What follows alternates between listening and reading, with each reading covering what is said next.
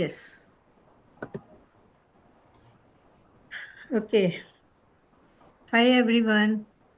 Welcome to All is Well Holistic Health and Wellness of Seniors. Today's session. As you know, today's session's topic is investment and retirement planning. We welcome Ms. Sadia Fatima, who is an accredited financial planner with RBC. She helps many professionals, business owners, and high net worth clients to build their wealth and put together plans and strategies to meet their goals. The Sadaf has 9 years experience where she specializes and provides advice on everything from investment, retirement, estate and tax planning, needs and risk management, etc. So I welcome you, Sadaf, and now um, over to you. Thank you so much. You're most welcome. No problem. Thank you. So, yeah, the experience have actually been now 11 years. I think that Okay. bio was written 2 years ago, but it's been 11 years in the investment industry. So I joined RBC long time ago. It looks really long, and what I do is I work as an investment and retirement planner. So I've done my majors in finance and marketing, and after that I did join RBC. I initially started with a mutual fund representative, then a compliance officer, then an invest by phone advisor, then finally financial planner, investment and retirement planner. So I've been doing this for, yes, about almost 11 years, and my job includes really helping clients and spending a lot of time with consulting with clients about their investments and retirement plan. I often do have a lot of clients who walk into me and who doesn't have any retirement plan, or their finances and all their stuff are scattered all over the place. So just meeting them, helping you out with not only how to invest your money, but the tax planning aspect of it. That's where I come in. So I wanted to keep this really informal, and just wanted to keep it simple. I prefer having meetings where it's more discussion and it's more engaging than me being the only one speaking and telling you a lot of stuff. I would like it to be more interactive if you can. And please, you can stop me at any point in time and ask me questions. So I do have this presentation that I have prepared, and I'm gonna go here with slideshow. So what I wanted to focus today was how we can successfully invest money, or what are some of the principles of investing money. That's me. So you have my contact number and email address. So if you ever wanted to contact me, the best way to contact me is via an email. So my email address is sadaf.fatma@rbc.com. Um, Now, when we talk about savings and investments, in Canada, a lot of people think, and a lot of people, especially with our background, thinks that, oh, the first and the foremost thing where we can invest money is real estate. But there are a lot of other options, especially in North America, which goes above and beyond in real estate investments. So in Canada, there are investments that could be made in a registered account. So registered accounts are accounts that are government plans like RSP, TFSA, and non-registered accounts are accounts that are outside RSP and TFSA. The main the main difference between both these accounts are registered accounts, you don't have to pay taxes. Non-registered account, you have to pay a little bit of taxes on only the income you make. So let's just say if you want to invest 50,000 in a non-registered account, you never pay taxes on your own money. But if your money is making money in Canada, then only you pay taxes on only the income. Just like rental income is taxable, just like income from employment is taxable or business income is taxable. Similarly, investment income is also taxable.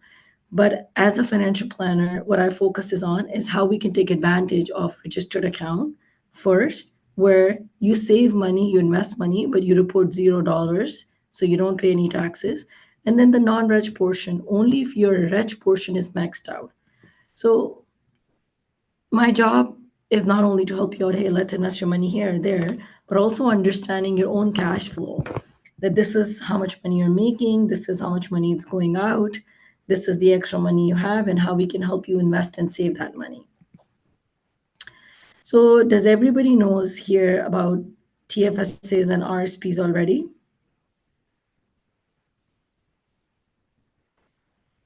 So I'm just want to keep it very high level. Tax-free and RSP are the most popular and commonly used investment accounts in Canada. TFSA accounts is an account that anybody can open it. As long as you're 19-year-old, or you can even open it at 80-year-old or 90-year-old or 50-year-old. There's no age limit of when you can open up a TFSA. TFSA could be open at any point in time, no problems. Any money you invest in TFSA. So let's say you open up a TFSA account, you put $10,000 in a TFSA, you invested it 5 years ago. Now that $10,000 has become $15,000. That 5,000 that is your gain or the investment income that you made from your own money, you don't pay taxes on that 5,000.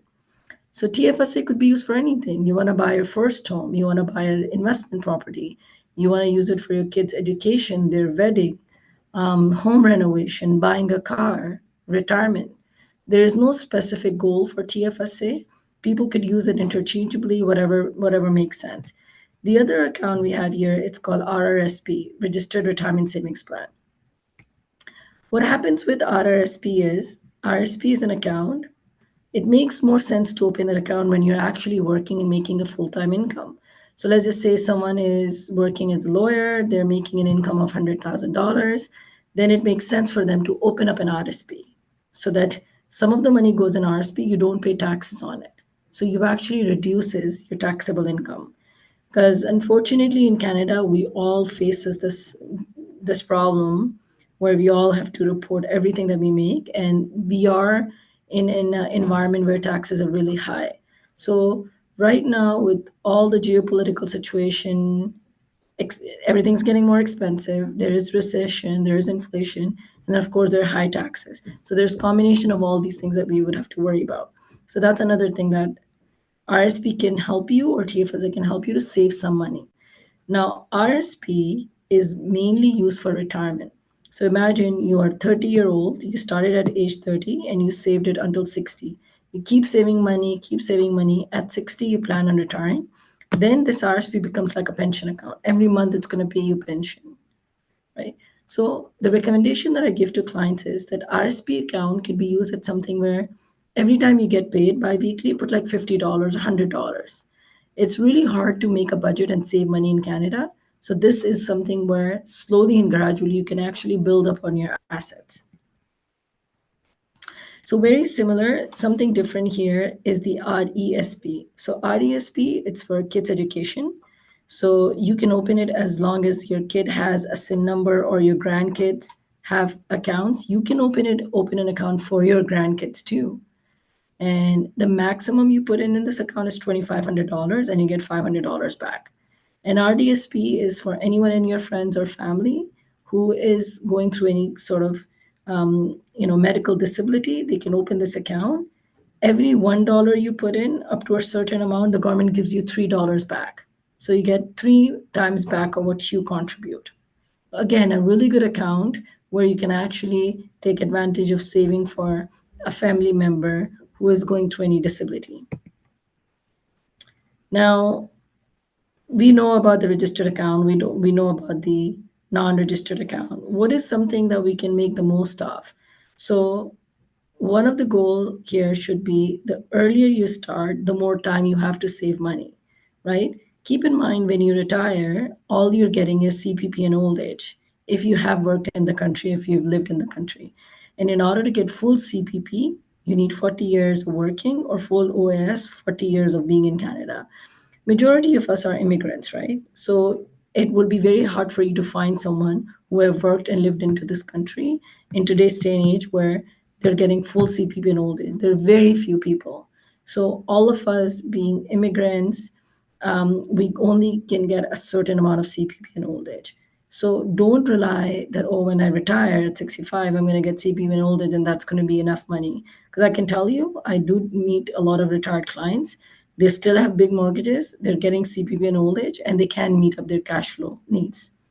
So that doesn't make sense. So this is something long term, and I would recommend start investing early. Even if you're 65 right now, invest for your 70s. If you're 70s, invest for your 80s. So the sooner you start, the more money you'll be able to build up. So we talked about registered plans and savings account. Why is financial planning required? Why can't I can just open up a bank account and talk to someone and just open the account? So keep in mind, financial planners are not advisor. We don't only give you advice on investments. We actually give you advice on planning. So somebody would come up to me and be like, "Hey, my son is going to university in 10 years, and I want my son to go into XYZ program. So I'm expecting that he's going to be spending $20,000 every year on his education goal, right? Or it could be $10,000. So hypothetically speaking, my job is also to make sure that if a client wants to save $20,000 in 10 years from now, that's how much money they need every year. So the client needs about 120,000, let's say, or $100,000 in 4 years. I need to start making a plan, give them analysis and ongoing advice year over year that how you can actually set up a plan and then we can monitor the plan. Because it's not about making a plan though. Oh, I made a plan and I started putting $25. It also requires consistently checking it. So that's number one, right? The other thing is that if you are parents or if you're grandparents, it's always a good time to know your options about your will and estate planning. So, options where you sit down, you talk to your spouse, or you talk to your partner, or you talk to your kids that, hey, this is how much asset I have. God forbid if something happens to me, how will these assets be transferred over? Having a will in place in Canada and telling the bank or the lawyer that this is how you wish to spread your money, it's very important because then otherwise the process could take very, very long time. So sitting with a planner can help you out with navigating all these things. So this is also part of my job where I can talk about investment planning. Investment planning includes you have a TFSA, where should I invest money? Should I just buy a GIC 1 year, but interest rates are going down? Or should I buy some mutual funds? So should I buy some Canadian companies or US companies? So when you talk about buying investments or mutual funds, I would sit down and do a risk analysis with you. Because I can't just be like, yeah, open an account, invest all this money here. They're spread out differently. So we would have to see how we can help you save and navigate all this. Then there's another thing that's called tax planning. Tax planning means um, every time you do your taxes in April, you always have to owe something to the government, or you always are owing something to the government. So actually helping you navigate, hey, this is X amount of dollars you're paying every year. How about we take some portion and invest somewhere? And by investing that portion into a certain way, we can actually help you mitigate or shrink the tax payable amount.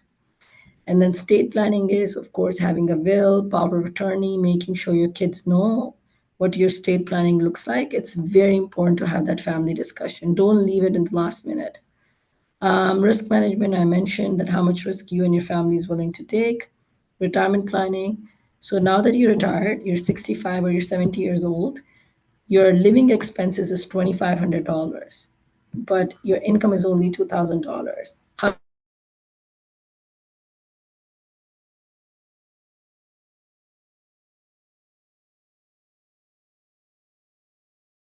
investment planning. Oh, yes. Hi. I think we got the technical issue. So I'll try to connect to Sadaf. I really apologize. I'll try to connect to Sadaf saying that, That's fine. That's fine. We'll wait for her. sorry about that. No, no, no. Yes. It happens. It's a technical mistake. Yes, she said that her computer just shut it off. So actually, she will get back to us. Okay. Sorry about that. So she will be back in 1 minute, probably. Sorry. Don't worry.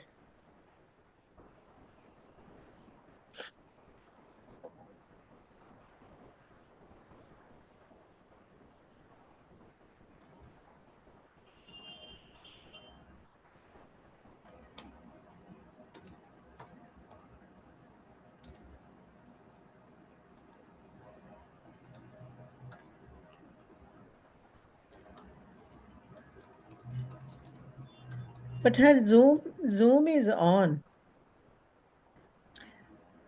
That's strange. Okay, so She but she's writing down that she's trying to connect. okay. Sorry, just give us a moment. Let's blame on technology. Yes, yes, yes. It happens. Sometime Wi-Fi, sometime computer. Oh yeah, right now.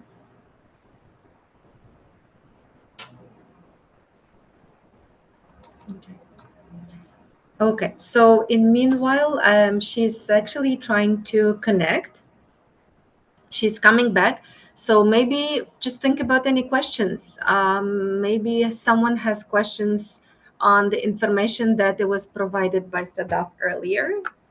So, or maybe someone has those plans already. And I also put her information into the chat Mm-hmm. that you have time to write it down or make the picture. I put her phone number and I also put her email address just in case after the session you have your personal information and you don't like you wanted to talk with Sadaf one to one, you can always reach out to her. Okay. Mm-hmm. Nice. Okay.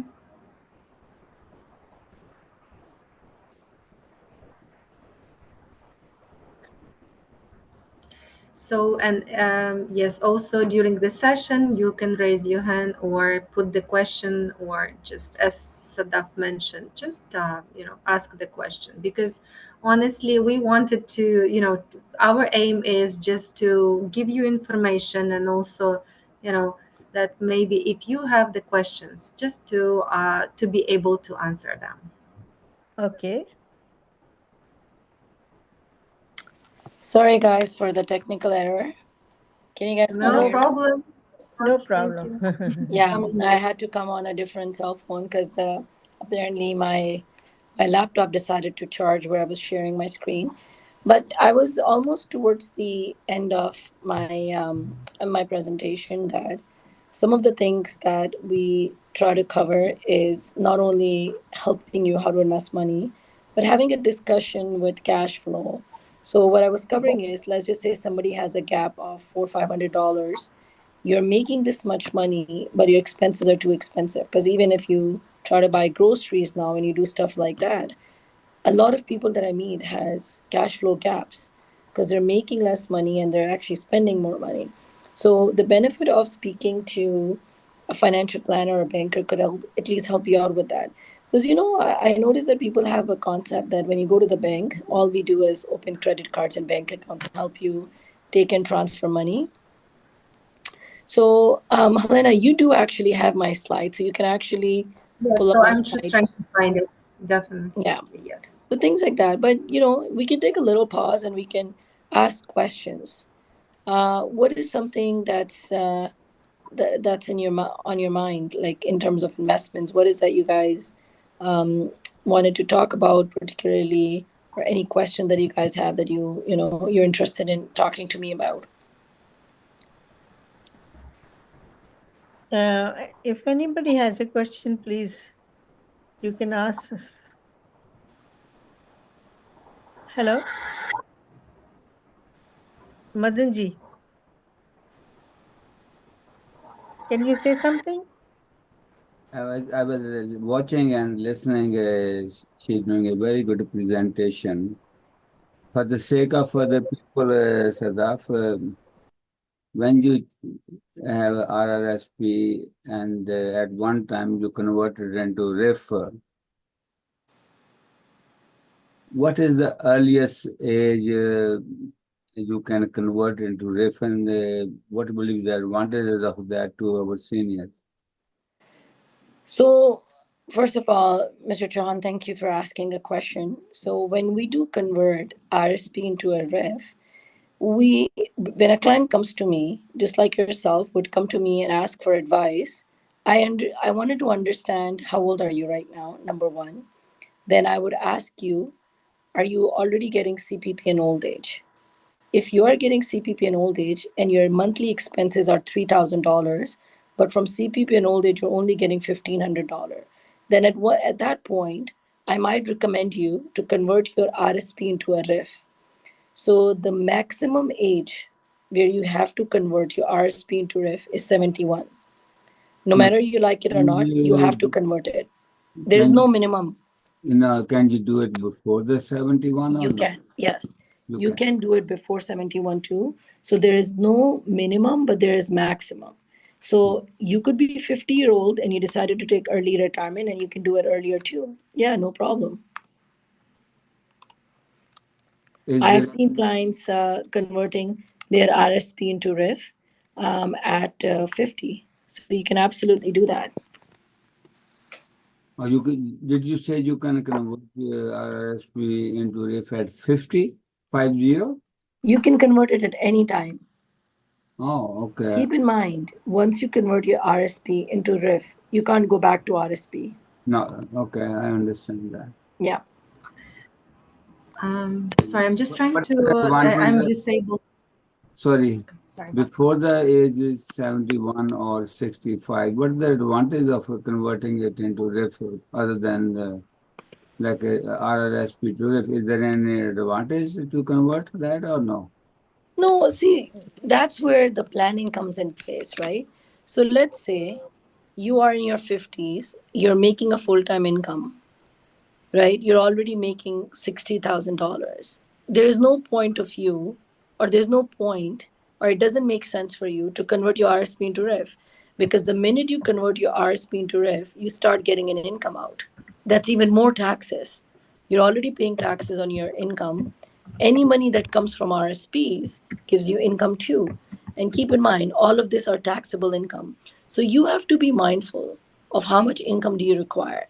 There is no benefit or drawback, but it all depends on your own personal situation. I heard that there is some tax advantage too when you withdraw your RRS from your RIF. Um, I don't say it's a so the tax advantage is so I put my money in RSP because right now I'm making full time income, right? So when I'm making full time income, I'm actually paying high taxes. So now I open up an RSP, and what I did is in an RSP, I start investing the money. The minute I turn 71, that would be when I convert RSP into RIF. At that point, I'll be paying less taxes. Because keep in mind, I invested money in RSP when it was my high tax years, and I take it out when it's my low tax year. Because when I'm only making CPP and old age, my income tax would be much reduced. So that's the tax advantage. Uh, I think what you're comparing, Mr. Chauhan, is you might be saying what is the difference rather than taking all at once or rather than taking it slowly, right? No, I know if you take all in one, that's going to be all income and we are paying the tax at that time. Yeah. It's Like, always sorry, it's always a good idea to take it from your RIF slowly and gradually every month. That makes more sense. I just got here, so give me one moment. I Yeah, think unfortunately, Helena I cannot wants to. share. Yeah. Okay. So it's just it makes me, yeah. It says disabled share. So Helena, I actually am back on my computer, so I can share my oh, you screen. do? Okay, thank you.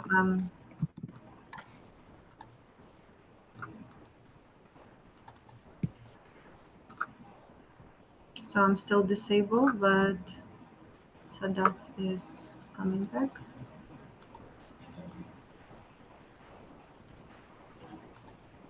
Okay, yes, we can see this, Sadaf.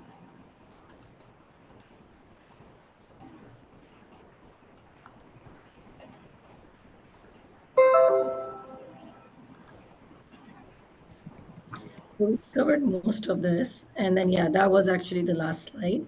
So what does a total financial plan includes? So financial plan also includes your estate planning, your borrowing and debt management, and your cash flow. So what the question that was asked was the cash flow questions, right? So you guys were asking that, hey, when to take money out of RSP, when to take money out of the RIF, that is covered in cash flow. So the most important thing here is to understand that what kind of income you're making already, right? Based on your income, that's when we recommend, hey, take money out of the TFSA or the RIF account.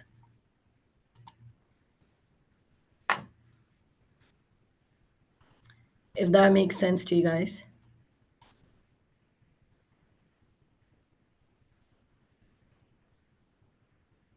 Yes, yes, yes. How is your RIF income is taxed if you pass away and you do not have any survivor?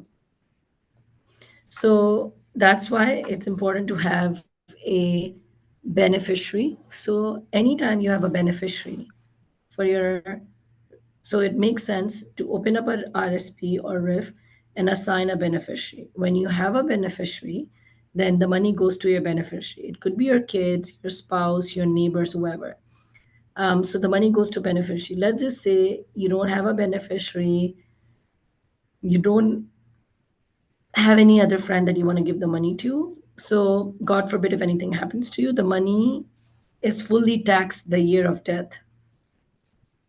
So, let's say I have an RSP or RIF account for 100,000 and I don't have anyone. At the year of death, the money will be assumed and it's been taken out of the account. So, it's 100, like it's taxed, fully taxed that year, and it will be included as my income. And then if there is no beneficiary, then it will has to go to a lawyer for probate. And if there is a beneficiary, the money will go to the beneficiary. So if there is no beneficiary, the money will go to the government?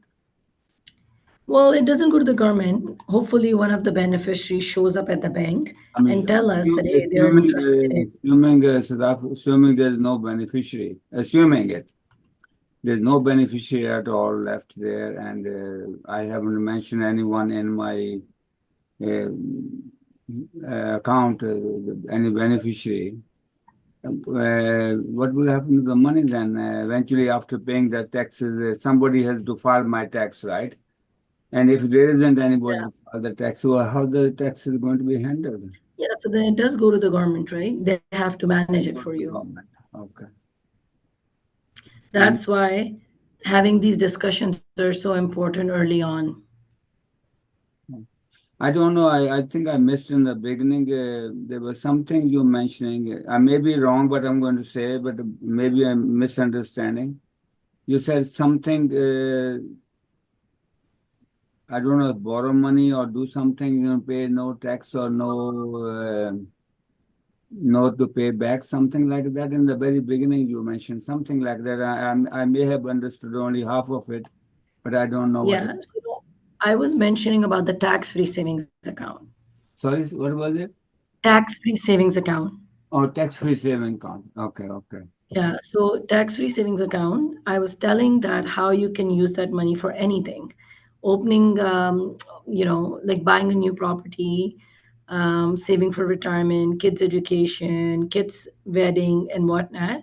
So you can actually invest money into that account, take all that money out, and not pay taxes. So that's the benefit of that. Okay, thank you. No problem. Anybody else has a question, please?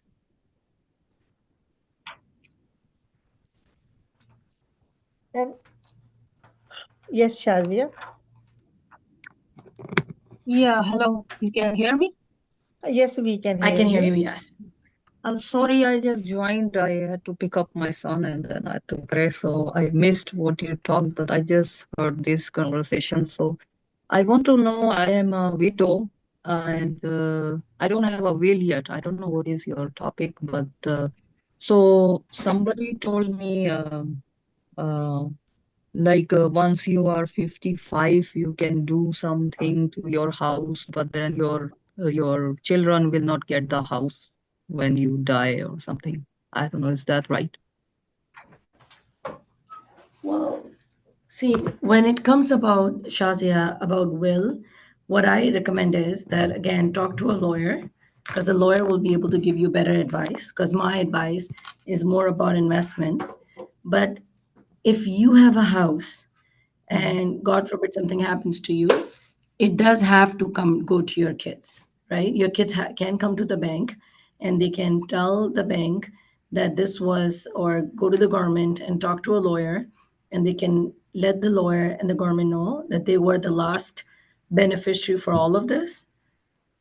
Again, lawyer go through the whole research process and research the title and make sure that nobody's fraudulently trying to get to your property. But if they are your kids and they can prove they are kids and there's some paperwork involved, after the paperwork being involved and once state settled, your kids does get the money. It's not that your kids are alive and they're there and they don't get the money, so they do end up getting all that money that is yours.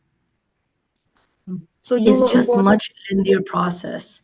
The yeah. process to get everything approved, it's ridiculous.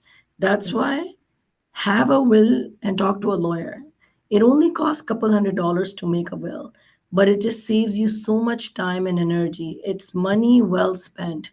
You can have any lawyer that you're comfortable with, go to a lawyer and get your kids on the will, or put your kids on the title of the house, whatever you prefer. At least have their name, so if anything happens, God forbid, to you, then your kids get all your assets.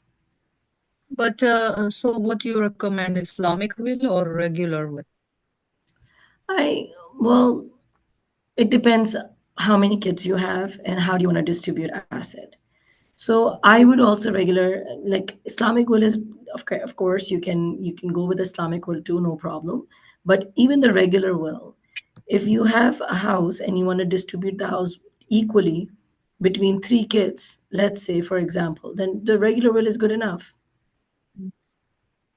Okay. So what It is are at the end of the day your choice if you yeah. want to follow the Islamic laws of distributing assets, or you want to do it yourself. So what are you helping today? The topic how to sorry I So didn't. I'm helping you. Really, what I wanted to do here is I wanted to come and educate you guys. If the money is just sitting in your bank account and you don't know where to put in, we can help you out to invest that money, right? Oh, Let's just say what happens is a lot of people they only are aware of real estate options, where majority of the people in this world invest money into the markets. They are bonds, they are markets, they are investment portfolios. So there's a lot of things where you can actually invest your money. So my job is also to help you out and guide you through, hey, there's other investment options too. Only investment options, just not buying real estate, because this is how we've been brought up, investing into only real estate. So we're more comfortable with real estate discussion. We never talk to anybody about proper investment planning, right? So that's what it all comes down to. There are better investment options other than real estate as well. okay. Thank you. No problem. Thank you, Shazia.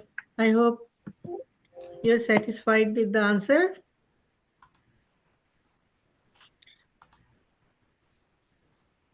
Uh, Uzma ji. Thank you, Sada, for sharing this information with us.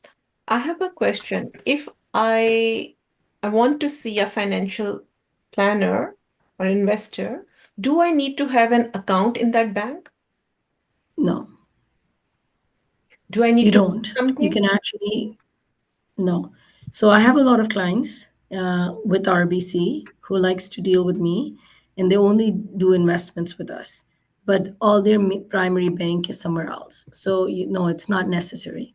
You can have an account or not an account. You can just have your investments with one bank, and you can have your personal banking with a different institution. Good to know. Thank you. Yeah, you don't really have to have it with the same bank. Yeah. Sadaf, in that case, wouldn't it be hard for the planner to explain to the guy if you don't know what they have? Maybe like Not not really. having a I don't think so. So, see, in our initial meeting, what we do is uh, we try to get to know you. The first meeting is not, oh, yeah, let's meet and invest all the money.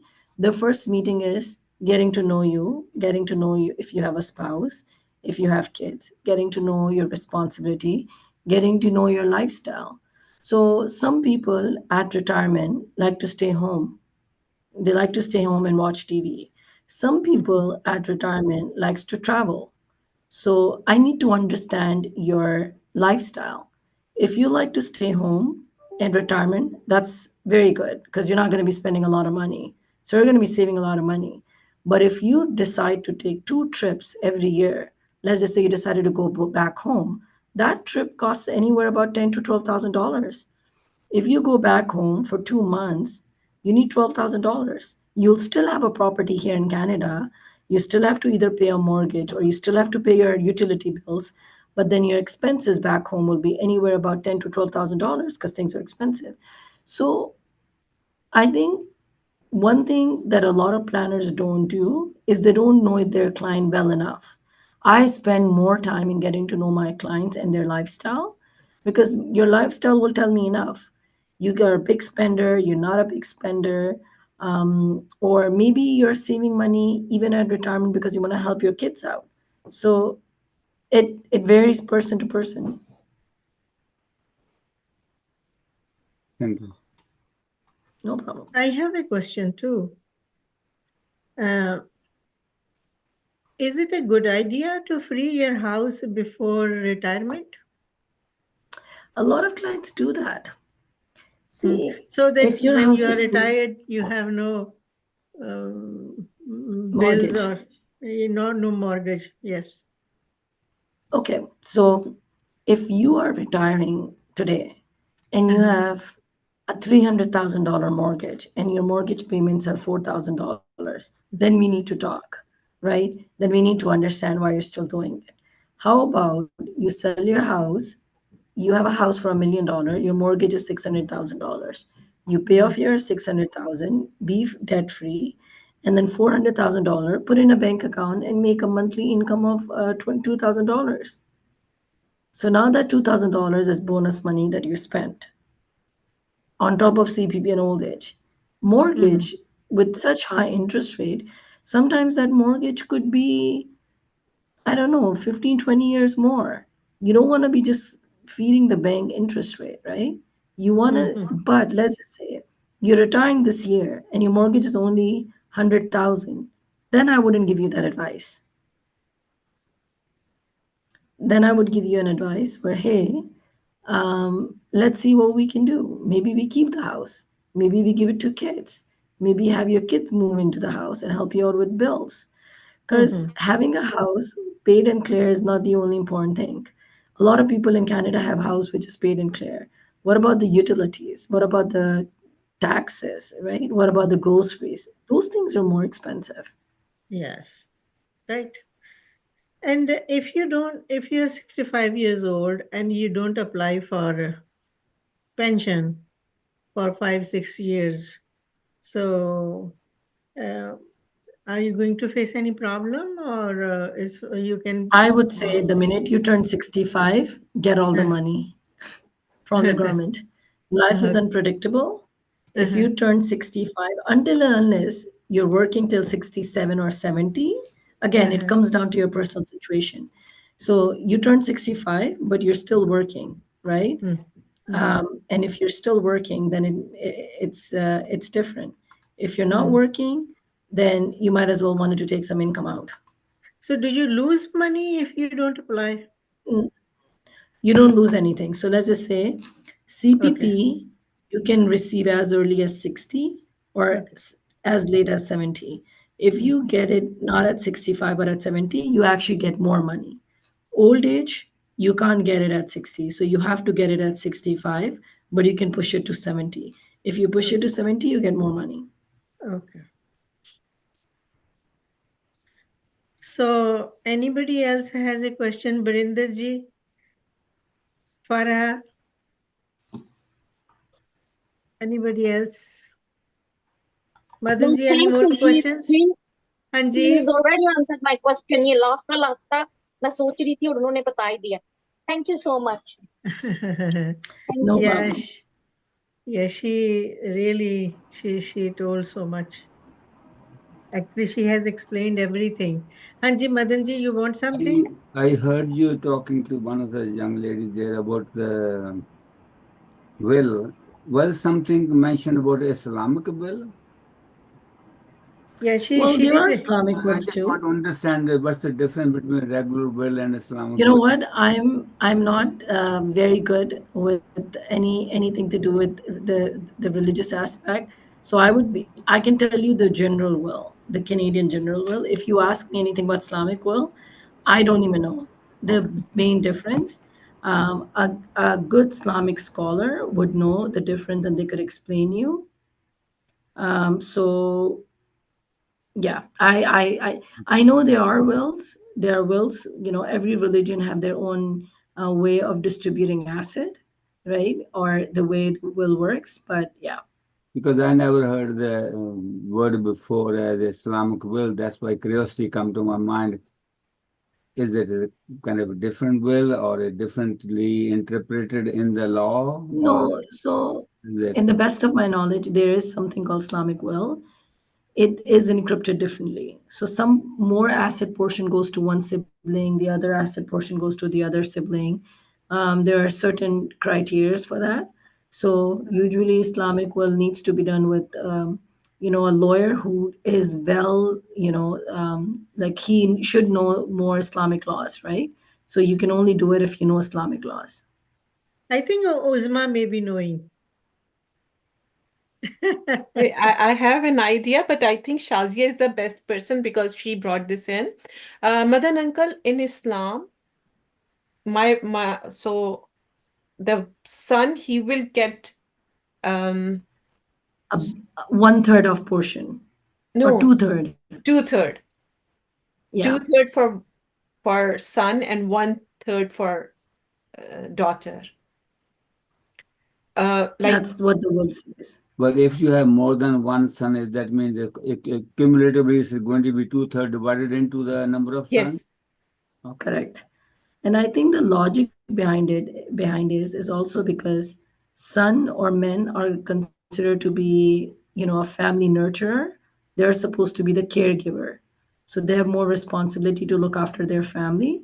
So that's why they get more. And then the woman, because the women already have a nurturer, they would get less. Am I right, Isma? Right? yeah, That's yeah. This probably is what it supposed is. to be because she is married to somebody and he is getting his inheritance double of the. uh, uh, I'm so sorry if people they will judge me for my knowledge for this. So it's very limited. It's very limited. Yeah, mine's limited too because we don't use it very often. Yeah. Yeah. So that's why I tell people, hey, talk to a religious scholar because they can give you more input.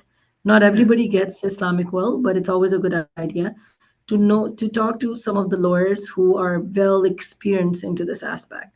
So, Madan uncle, like in my case, I believe that I have two daughters and one son. So my son will get 50%, my daughters will get 25% and 25% Oh. under Islamic law. However, I have um, I have said that they will the assets will be divided equally. So they will get 33% and so. So Ulma, what you're saying, you can override that Islamic will. Yes. Okay. Yeah. Yeah, that's something new, Something new right? to know. Maybe Yeah. Yeah. So Gigi, it's something new to for you. us. For Yes. us. However, it is from centuries. Yes. Yeah, they're practicing. Yeah. And then you know what the other thing is, not everybody practice it. So I mean, we're three daughters. My mom have three daughters. So then she openly said it's going to be divided. But I know someone in our family too. They have boys and girls both, and they said very clearly that my will clearly defines that it's going to be split equally between boys and girls. So it also comes down to your personal choice that how much you wanted to follow it. Yeah. So it's a personal, completely personal choice, personal preference. Even in Pakistan, my mom, I remember that she mentioned that it will be equally divided between siblings, me and my brothers. So it's not that if I am in an Islamic country, I have to follow the Oh, okay. Islamic will or law, whatever they say. Shazia, are you there? Because I want to hear from you. Yeah, Shazia is there. Yeah, I'm Shazia here. might know more than us. Yes. I'm here. I'm really confused because I attended some Islamic will these Zoom classes, but they were in Edmonton and they told me to contact someone in Toronto, and they are even offering. They are saying just go to our site. I think ISNA has it too, and you get free will, Islamic will, and you print and you take it to a lawyer and sign it or witness it or something in front of him. So I'm just wondering, should I do that or should I just go to lawyer? Like, So one thing I can tell you, Shazia, how many kids do you have, Shazia? only 2 sons. Okay, so if you have 2 sons, then it's 50-50 anyways. Yeah.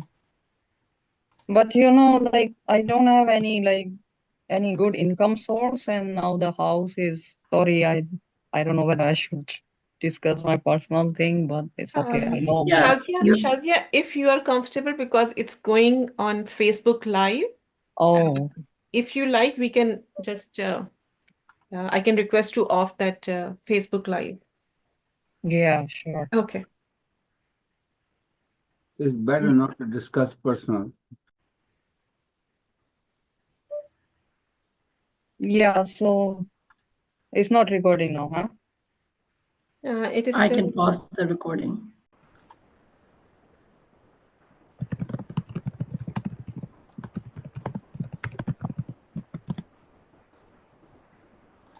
So she can call, right? Yes. Yeah, feel free to contact me. Okay. So Shazia, have you noticed, have you seen the number? Yes, I saw it. Okay. Thank And you. Sujiti, we can share this information, her contact information in our WhatsApp group as well. So Okay. people, if they want to connect with her, Okay. those who miss this session and Today, lots of people missed the session actually. Maybe they are still in a long weekend mood. yes.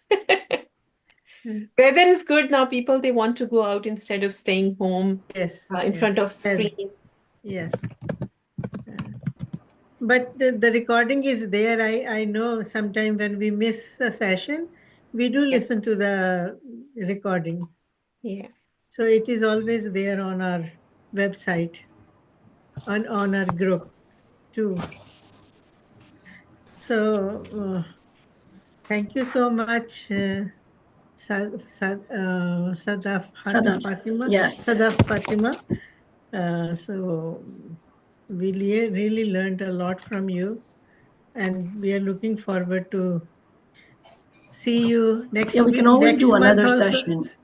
Yes, next month also another session. So, though it is difficult when you're not dealing with these things, it is difficult for us to understand RRSP, RESP, all these things. But we learned a lot from you. Thank you. And what I did today, though, I kept it very simple. I didn't want it to go too much detail of different asset class that we invest in and all that. That we can, of course, cover in the next meeting. But I appreciate the feedback. Thank you, Mr. Chauhan. And you guys are feel free to can email me if you guys have any specific question. I'll be more than happy to help you guys. Yeah.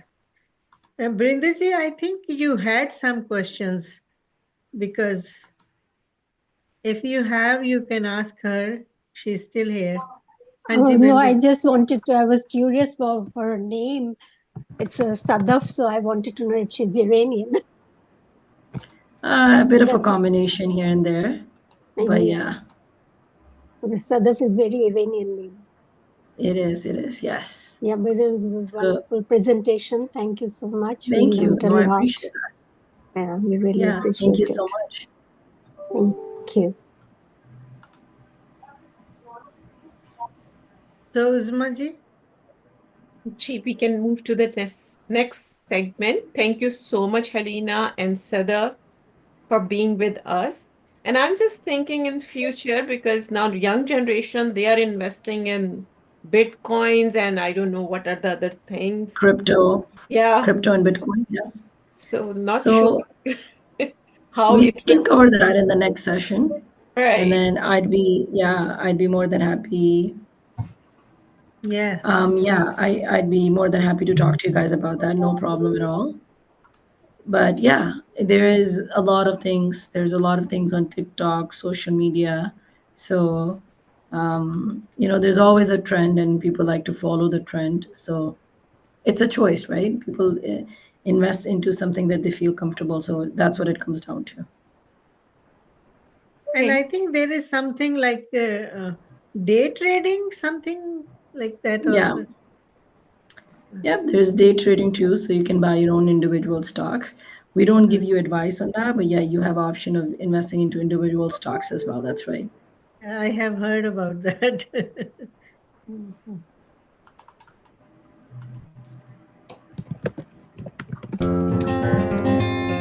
You're most welcome to stay with us for the Yeah, next. no, I'm gonna get going, guys.